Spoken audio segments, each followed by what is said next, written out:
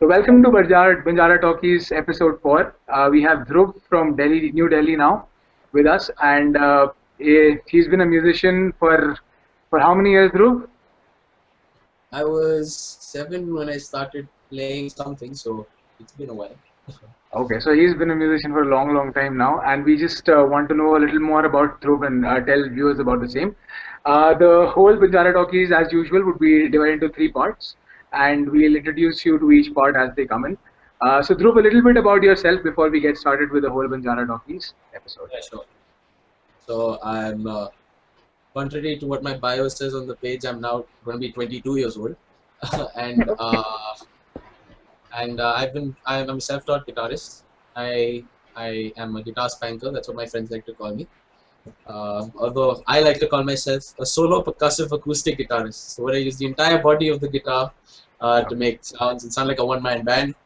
And I've been playing the guitar for the last 8 years. I've been playing music ever since I was about 7 years old.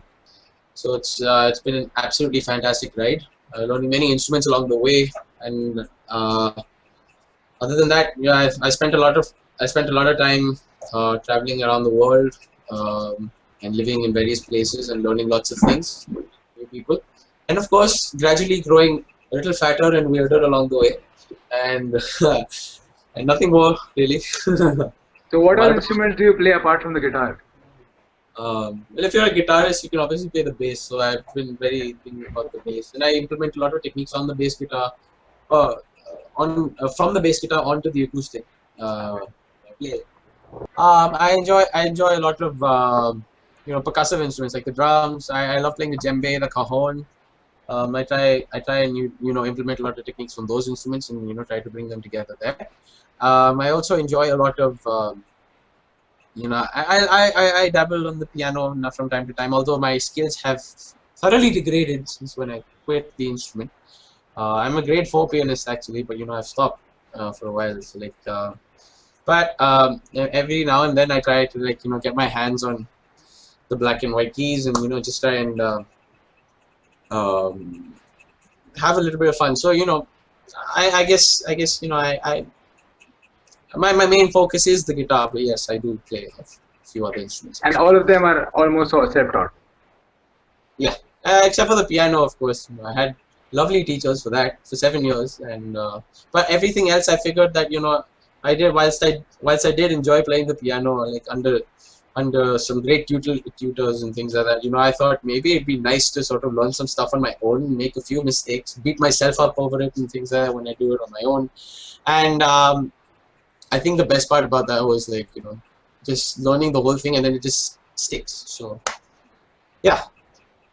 You say you traveled a lot, so is that how you picked up on the djembe? No, actually, I picked up on the djembe when I was auditioning for my ECA trials for colleges here in Delhi, and this I credit that to one guy, Sarthak Mudgal, a very good tabla player. He also does a lot of this percussive guitar stuff as well. He's a lot more percussive in his playing. He uses a lot of his tabla techniques in his playing. But anyways, he had a djembe, and and I had only seen the djembe in many respects, but I never got to play one. So I figured that it can't be so hard. That if I have some semblance of rhythm, I'm sure my hands will be able to play a certain beat. And I guess he just played it, and he says, "Okay, here, you take it, you do something." Okay, I took it, and then from that moment on, it literally just took 5 minutes to grasp the instrument, and that's pretty much it. And I think it's about 4 years, 3 years ago, so that I did touch a djembe for the first time and things like that. But like once you learn that instrument, it sort of plays well into learning other ones. So the cajon was very easy to learn, and then from there I started implementing new beats on the acoustic guitar as well. So it doesn't really necessarily mean that you have to travel to learn instruments. I'm sure. It's just Yeah, definitely. you see them anyway, so it doesn't matter. Yeah. So how do you label your music? If you had to. Label the music. The music I compose is mostly acoustic in the way that it's written and things, but I like to I like to think of it as acoustic music, but not necessarily a singer-songwriter thing, even though I do some of that stuff. But I like being I like being a jack of all trades, a little bit of everything. So I like expressing emotions and things like that. So I really like the whole acoustic sort of happa on it, if you can say that. So one question I have for you regarding the same is that, like, I also started off with music as a jack of all trades, I would say. How do you take out time? Is this your full-time passion, or is it just a part-time hobby and you're just trying to spread as much as you can? What is it about? Buddy, I just graduated from college 4 days ago. So Oh, chilled out life, man. no, and the thing is that I have, thanks to my mom, and I bet she's probably standing outside the door when I say this right now. But thanks to my mom, she's been very sort of she sort of ingrained that thing in me, saying that you do have to focus on your education and everything of the sort. Whatever you do, it needs to go side by side with whether you study or not, and you need to study. And you need to be a thing, because you need to be a smart boy when you grow up. Like every mother tells their own boys and such. Okay, but and it's advice that I follow, like to the bone. It's ingrained. I feel that if I educate myself in a proper manner and things, everything else will fall into place. And this is a very good release in terms of trying to express myself in a very different manner and things.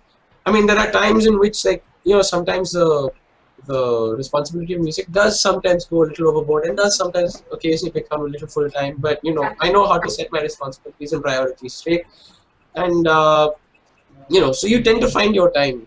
And I think this whole business of it being full time and everything and all that is something that's a little scary for me to look at right now, because I'm right now I'm in this new sort of territory. I don't know how things are going to turn out, and I feel that it's a very good way to sort of be expressive, be fresh, be new, and everything of the sort, but also not to get too carried away and be a little grounded as to what things need to be, and be a little bit of a responsible musician when it comes to this. Yeah. So you don't have any long-term plans for now? For music? Yeah. I mean, yeah, of course. My dream is to do this full time. Sure. And my absolute dream, I tell you, is to stand dressed like a hobo on the stage of the Royal Albert Hall in London and get to play in front of like 10,000 people and things like that. And I want to be able to achieve dreams like that, and I want to play music for the rest of my life. But I do know that that's not going to happen in a flash. So I do need to find a way to sort of facilitate that. And right now, it's the right time to do so that I can be able to do that in the future. Yeah. I read on your page that you performed with Swarathma. You opened for them. So how was that like? Well, that was really something, actually. How old were you then? I was actually 19. It wasn't very long ago, so. But the most surprising thing was that these guys are from Bangalore. Half my family is from Bangalore. And the crazy thing is, like, when they started speaking in Kannada, I was like, oh my god, I'm back home. And it felt great, because suddenly they were borrowing jokes between each other in Kannada and all that. Someone's telling each other, someone's telling some other guy, don't put too much sugar in your tea or something like that, trying to tell you to say it in Kannada, and like, it was funny. I mean, like, at the time it was a strange thing, but like, to get to perform with them and like open for them, and it was absolutely surreal, because like I had done nothing more than play in a small mall, or like play in front of like in competitions or anything of the sort. This was something. This was for real. I mean, like, these guys do it not day in and day out, but like they go and play shows in various parts of the country and things like that, and to get that little step, and they call you to do so, and that's, I mean, like, that's absolutely fantastic. And I'm still in touch with them, and they're very encouraging, and I'm like a bit of a fanboy, so every time I hear something new, I'm like. So did you feel that did you experience the fact that music crosses boundaries or something like that? As because I think I've learned, I am from Delhi as well, and I've learned my guitar through Varun, who's the guitarist of Swarathma himself. So I think there's a lot of difference in the atmosphere of music in North and South, I would say, because of the Carnatic and Hindustani, maybe, I don't know what. But there has been an experience that I've been through when I've changed my location from Delhi to Bangalore. Did you experience anything similar on those lines? In terms of the cultural differences in music. The cultural like, differences through music. What I've witnessed, I mean, like I've lived in Bangalore, I've lived in Bombay, now I'm in Delhi. Although the Bombay and Bangalore part of my life was mostly in my childhood. But what I have noticed now is that I find a lot of success within traditional bands amongst the South. Like, I mean, and I'm taking the most extreme cases of, you have La Pongal and you have the Raghu Dixit project, and you have Swarathma, and these guys, they're Hindi speaking, Hindi singing, Hindi lyrical, Kannada lyrical, mostly southern influence. And I think those bands have achieved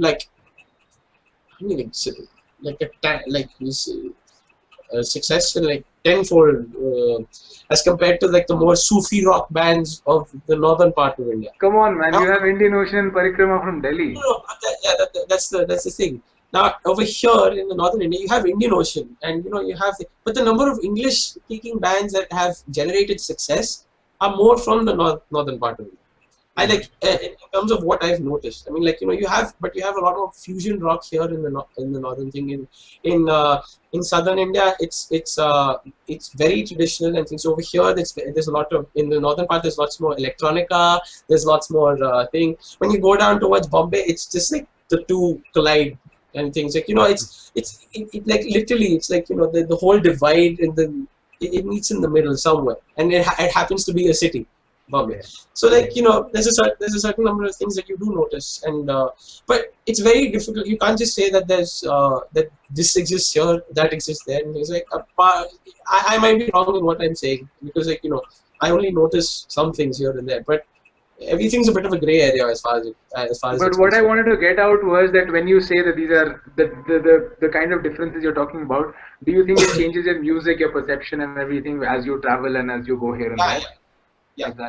Exactly. I mean, that is absolutely true, because you talk to someone from you talk to a guitarist from Delhi and all that, you learn something you learn something cool here about he'll be a little more technical, but he'll tell you oh yeah, you do this, do that, and then, you can add this layer and all that, and you'll be fascinated. Oh my god, you go down south, and this guy, he plays something so soft and so relaxing, and you're like, how the hell did you do that? So I mean, it's the same in both ways, because a musician just, he absorbs the things around him, and I'm half South Indian and half North Indian, so I'm a mixed breed. So I mean, I don't know, I maybe I also have a bit of both, but but the thing is that yeah, you do notice a lot of cultural differences in terms of the music, and even how the musicians themselves perceive the instrument.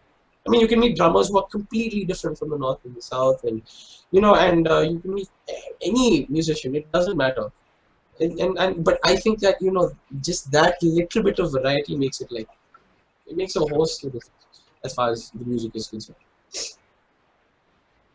Recently, you got kind of media, popularity, in the sense you went on radio, you did the music project with Tehelka. So how is that working out for you? That's quite a while back, actually, but that's a great thing. I mean, you get to, as a musician, I mean, if you want to be on the radio, I mean, every musician wants the music on the radio. And I was very fortunate to get to be on the radio and be interviewed by Sarthak, and he even made fun of me for studying geography and all that. But it's cool. I'm past that. It's fine.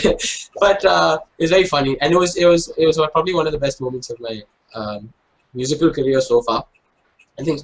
And of course, doing Balcony TV and the music project and things, they're great outlets and things. They have a large outreach and all that as far as music is concerned, and I think they have helped me tremendously, because it sort of allowed me to access a bit of a new crowd and things, especially with the way Tehelka is affiliated. Although I've seen their YouTube channel, it has a lot more political videos and all that, and then suddenly there's a small sort of Easter egg in the form of the music project, and people sort of just discover it. And somehow you get this a little bit of a trickling following on your thing. So it helps. And as far as the radio thing was concerned, I mean, you get lots of you get a lot of messages from here and there, and for some reason, I mean, it works. I mean, it's been great, and I'd like to do more of it now because I mean, I'm not saying it because every musician wants a lot of attention or anything of the sort, but every musician just wants a chance to be chance to show something new, and and and they want their music to be heard, and I think and it's been great. Although I do run my own YouTube channel, and I feel like I like uploading videos to that and promoting that myself as well, and having a few avenues like this and all that help a lot, and they have helped me a lot, and I'm really grateful for things like that. So, yeah. So you call yourself a one-man, band. So why don't you perform much with others? Recently, you performed in HRC with Chona and Nishan and those guys, right? So well, this week, well, my most recent performance at Rock, I didn't, but yeah, I mean, I'm actually trying to branch out a bit because I've been doing the solo thing for a while. I mean, I've been composing a lot of music on my own, but prior to my time as an acoustic guitarist right now, I mean, like I used to write a lot of music for a band, like what I thought would if I was in my own band. And I felt like it's a missed opportunity in the fact that I never got to sort of play that music, or never got to write that stuff, and I never had the band to do it with. I mean, like I am in Cobble Street, and that's a different outfit, and that's a different sort of atmosphere and things, and the way you need to write music for that is separate. But I really wanted an outlet for I know it's a little selfish, but for myself in terms of things, and that's why I called my bassist Hemant Chona and my drummer Ishan Gandhi, and I sort of formed a small trio, and that's basically how it happened. So in terms of trying to sort of express a new side of songwriting, and these guys actually helped me write the music. It's not just me. So I wanted to sort of get a new perspective and a new thing, because like writing as a solo artist is great and thing, but there was so much more to explore, and doing it in the format of a small band or a trio was like, I thought it was the perfect outlet in that aspect. did it happen through the fellowship, or did you you knew these guys before, right? Sorry, yeah, I've known them. In fact, I'm a location manager for an organization here that runs in Delhi called Music Basti, and Ishan and I work in the same organization. And Hemant and I have known each other for a long time. He's been strange ever since I met him. He hasn't changed. So like and sometimes you need a little bit of that quirky thing in your in your personal environment and things like that to help you make the music better, and he does. And I've known these guys for a long time, a good 2-3 years or so, and the fellowship and all that was that you and I are in is, I mean, like, it was just superb that they were also in it. So it made it just that much easier to meet up and talk about it and stuff like that. But yeah, I've known these guys for a while. So we'll get to the second part of our interview. Okay, so Nikhil is clear as well. So we'll continue with the rapid fire round when I think with all of us on board. Yeah. I think you can have one. So Nikhil is the other co-founder. So this so for those who don't know, I think we'll introduce all of us later on once for the video. So hi. So thanks. So for the as you know, for the first part of BanjaraTalkies is mostly knowing you personally, the people around you, the environment, creating that kind of a atmosphere. The second round is regarding rapid fire, and the third round is regarding your 2 cents on the upcoming musicians. What would you like to tell them? Okay, so so we've kind of ended the first segment, and now we are going to the second segment, which is the rapid fire round. So for the rapid fire round, I think Asmita, our intern, has prepared some questions for you, and she'll be asking you. You don't have to think much, and just answer them on the spot. I am terrified. Let's go. They're not that hard. So drums or piano? Huh? Drums or piano? Drums. Whose music do you prefer, Bruno Mars or Jason Mraz? This Bruno Mars actually. Oh man. Where do you like performing more, Hard Rock Cafe or Blue Frog? Hard rock right now. Okay. Because I played it more times. If given a chance, would you perform with Lady Gaga? Hell yes. Okay, so what's the best pub in Delhi? What do you think? Pub. Yeah, hang out, sit I there. think there's a place in New Friends Colony called Pebble Street, which is really nice. It's a nice pub. But I really like Turquoise Cottage, also nice pub.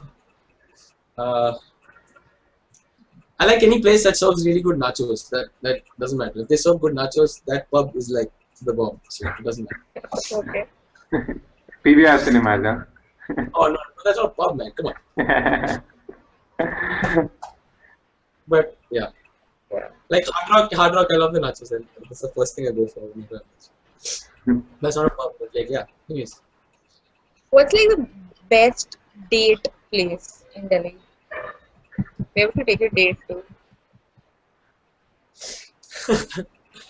Don't look so blank as if you haven't taken somebody out on a long time. I can't remember the best place.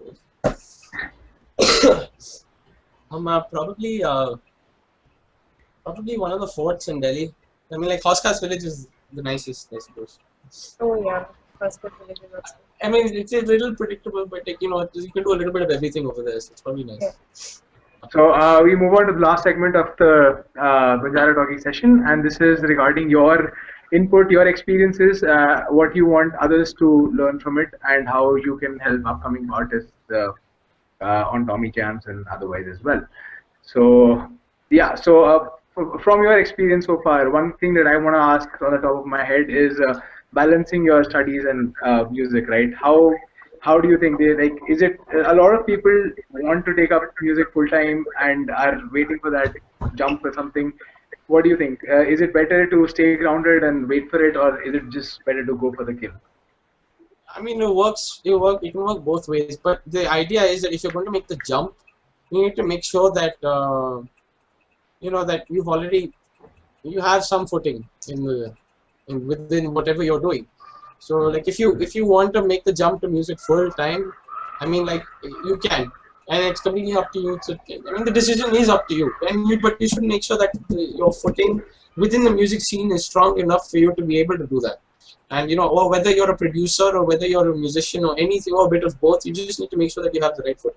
But as far as if there is if you do have people like me, who I'm not undecided in what I want to do, but I do feel the responsibility to sort of share a bit of both.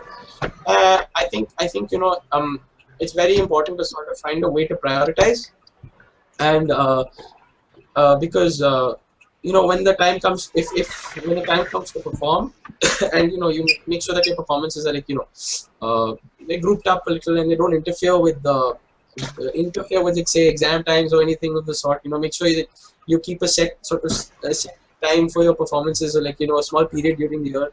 Give your exams and you start again. Keep another sort of window for performances. Keep your exams and then again. So it's very important to learn how to plan and learn how to organize. So you have to be a little more meticulous and a little more organized in terms of that matter. So in terms of trying to make the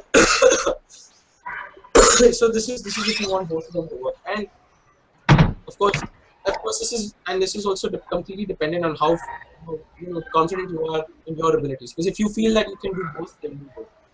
And finally, I mean, like you have people who just put music all together and just go to work. I mean, like. And they're all respectable decisions, and it's not just, it's not like,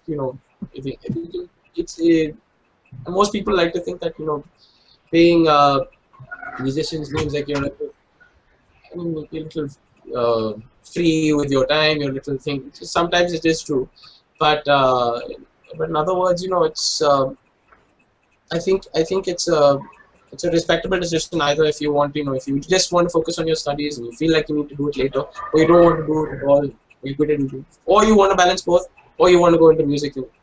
The idea is that the most important thing is you just need to be sure in your mind, because if you're not sure there, then you're basically screwed wherever you go. So, you know, you need to be. Question Yeah. 2 from my side. Jack of all trades or master of one?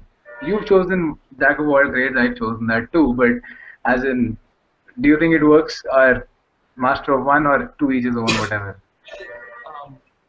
I think a bit of being a jack of all trades is really good, because like say musicians like Sankarshan Kini plays for Whirling Kalapas. I sat there and I saw him play the violin, the mandolin, and the guitar and the cajon in one performance, and he blew me away. And he did that all this there. So I mean, like, you can. It's not just that. You can call yourself a jack of all trades now and become a master of all trades in a bit. So you know, you don't have to be a master of one. You don't have to be a jack of all. You can be somewhere in between too.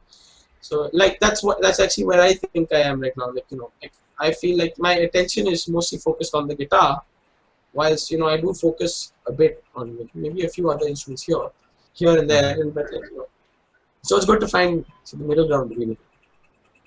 Yeah. As a solo artist, would you recommend other solo artists to, you know, be open to collaborations, or is it better to kind of preserve your own individual ideas? I always want to collaborate. Actually, in fact, I always want to like compose music with other people. My my producer Aditya Narayan, and I, you know, we constantly compose music and stuff. In fact, even college music society and things, and when we were together and all that, we constantly compose music for our competitions and things. So like, I mean, in terms of that way, yes, you can collaborate like that. But I'm always looking for different musicians to write with, working in different projects and things. Because being a solo musician means, like, fine, you do spend a lot of time with yourself, but you don't get, like, you need a second mind, and sometimes you need a second mind to help you build on an idea, or, you know, help you expand an idea. Because at the moment when you see an idea, you see it from one perspective, and sometimes, you know, you get a different angle on it, and you go like, hey, this is. I mean, this is pretty and all that, but from this side it looks a little ugly here, so let's just shape it up here a little bit. You know, so the thing is that, like,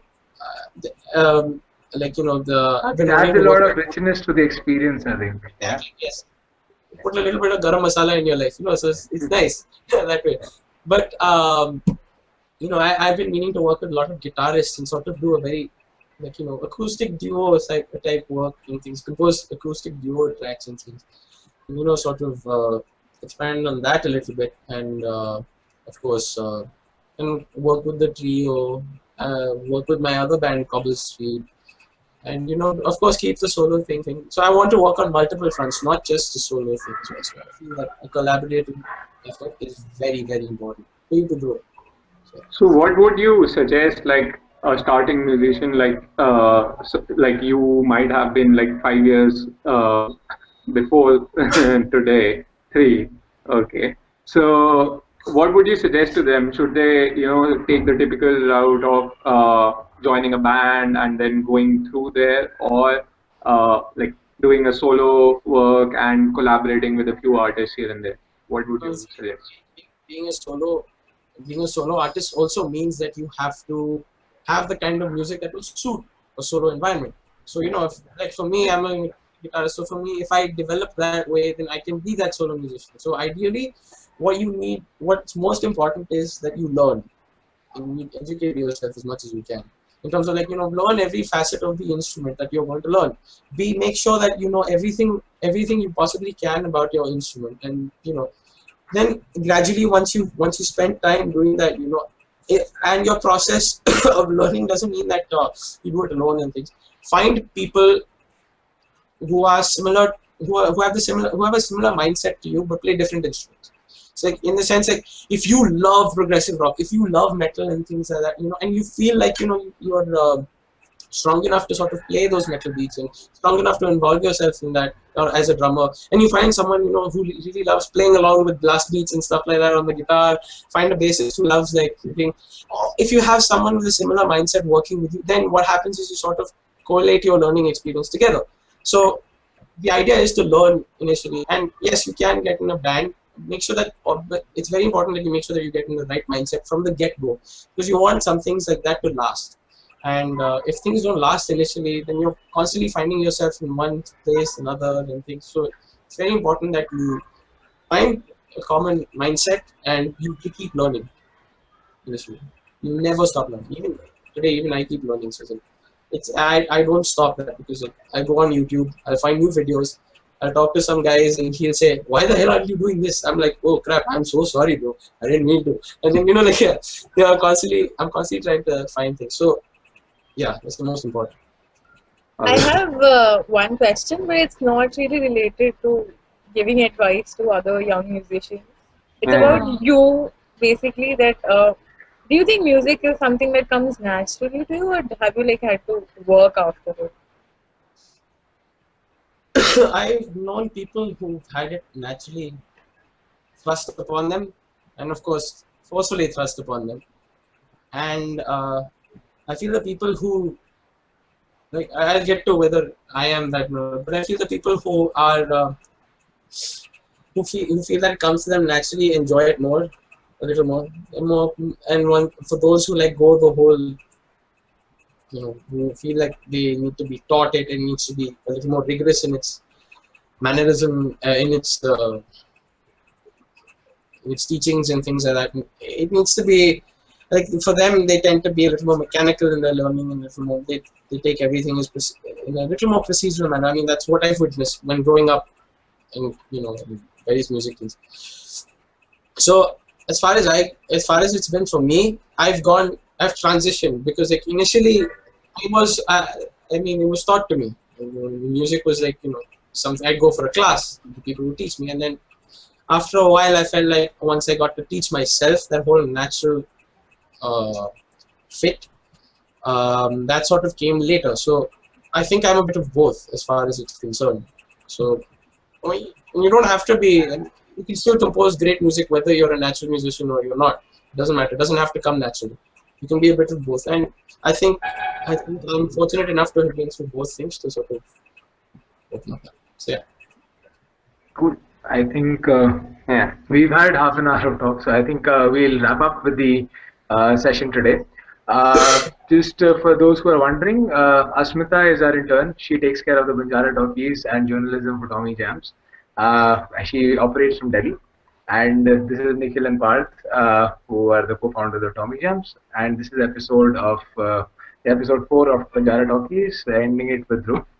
And so all the best, Dhruv, for all the, and thank you for taking out time for BanjaraTalkies. We hope to see you on board at Tommy Jams sometime. Thank you so much, guys. It was a pleasure to be here in a very formal way. Okay. See you. Okay. Bye-bye. Bye.